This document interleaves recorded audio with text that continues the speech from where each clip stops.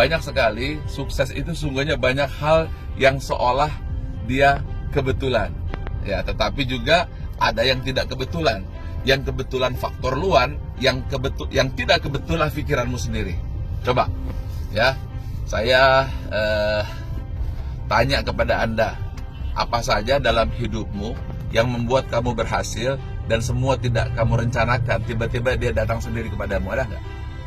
Oke, sekarang saya sharing diri saya sendiri ya. Saya dulu seorang pedagang celana jeans dan sebelumnya dosen. Saya hanya melihat bahwa saya ingin sekali untuk menjadi pedagang celana jeans. Tiba-tiba datang orang yang menawarkan celana jeans dan itu kemudian saya beli 1 karung. Saya tidak punya uang. Tiba-tiba saya ketemu Pak Akyong, orang Bandung, orang Chinese yang memberikan saya kepercayaan untuk beli 3 potong celana, 6 potong celana, bayar belakangan. Lihat, banyak kebetulan-kebetulan. Kemudian kebetulan berikutnya, saya ingin sewa toko lebih banyak lagi. Tiba-tiba saya jadi atlet karate, kenal dengan lurah, dan lurah itu memberikan harga murah untuk sewa toko. Datang lagi sebuah kebetulan. Saya ingin menjadi pengusaha kartu telepon. Tiba-tiba saya ketemu kepala wilayah Telkom. Saat itu namanya Pak Saladin, dia senang sama saya, sama-sama atlet karate, dan akhirnya saya menjadi distributor kartu telepon. Tiba-tiba saya kenalan lagi, Pak Saladin mengenalkan kepada Pak Garuda Sugardo yang saat itu akan membuka Telkomsel di Wali dan saya ditunjuk distributornya. Kebetulan lagi saya akhirnya menjadi pengusaha di bidang handphone. Lalu tiba-tiba datang lagi seorang teman, dokter, dan dokter tersebut mengajak saya bisnis asuransi kesehatan. Saya punya asuransi kesehatan. Di tengah perjalanan, saya jatuh. Ketika jatuh, apa yang saya pikirkan? Rasanya saya nulis buku. Setelah nulis buku, rupanya kebetulan lagi bukunya jadi bestseller 2,5 juta kopi. Tiba-tiba saya diundang di TV. Setelah diundang di TV, tiba-tiba saya terkenal. Lalu saya jadi motivator. Di tengah jalan tiba-tiba, saya ingin bikin kampus. Di tengah kampus tiba-tiba, ada yang nawarin tanah, jadilah Menara Hotel 5. Apa kesimpulannya? Apa? Coba kamu syukuri saja dulu. Terlalu banyak hal yang nampak kebetulan. Itu bukan kebetulan, tapi itu keberkahan. Keberkahan karunia Allah yang kamu lakukan hanya 1%, 99%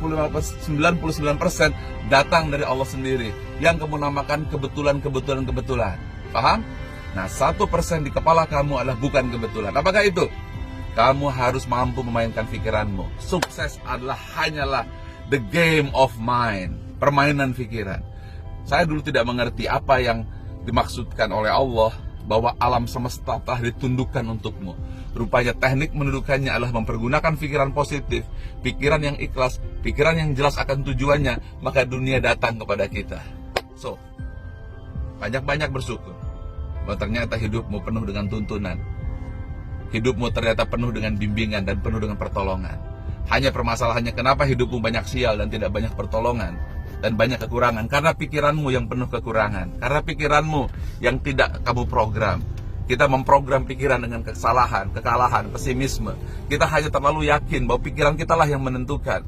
Sehingga kita untuk minta pun kita takut. Untuk berpikir maupun takut. Ingin bangun menara mengatakan tidak mungkin. Ingin punya kampus itu mustahil. Untuk punya tours and travel janganlah bermimpi.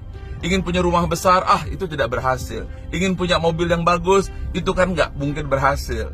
Akhirnya, semua yang dipikirkan datang pada kamu dan hidupmu semakin susah, dan semakin susah. Karena itu, pecahkan itu semuanya, robah pikiranmu menjadi pikiran yang positif. Oke? Karena itu ada yakinkan pikiran Anda, cita-cita Anda. Oke? Jadi 2 hal. 1 kebetulan, 1 tidak kebetulan. Apa yang tidak kebetulan? Yang tidak kebetulanlah kamu yang mengendalikan pikiranmu. Falhamaha fujuraha wa taqwaha qad aflaha man zakkaha wa qad khaba man dasaha. Allah menghilangkan sukma kebaikan dan keburukan. Beruntung siapa yang mensucikannya, rugi siapa yang mengotorinya. Karena itu tanamlah cita-citamu, tanam impianmu.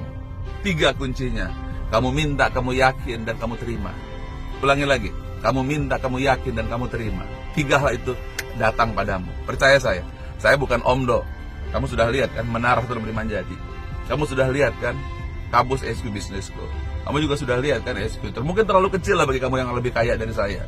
Tapi izinkan saya berbagi sebagai seorang guru untuk berbagi kepada teman-teman saya supaya kamu menjadi 5% yang berhasil. Oke?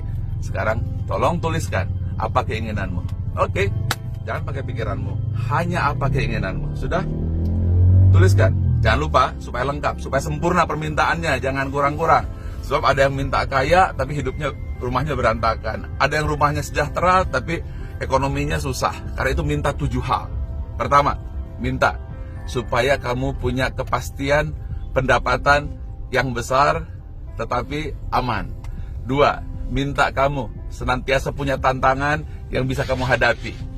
3, mintalah kamu senantiasa punya eksis di masyarakat, eksis untuk memberikan kebaikan. 4, mintalah kamu supaya punya cinta dan hubungan baik kepada sesama.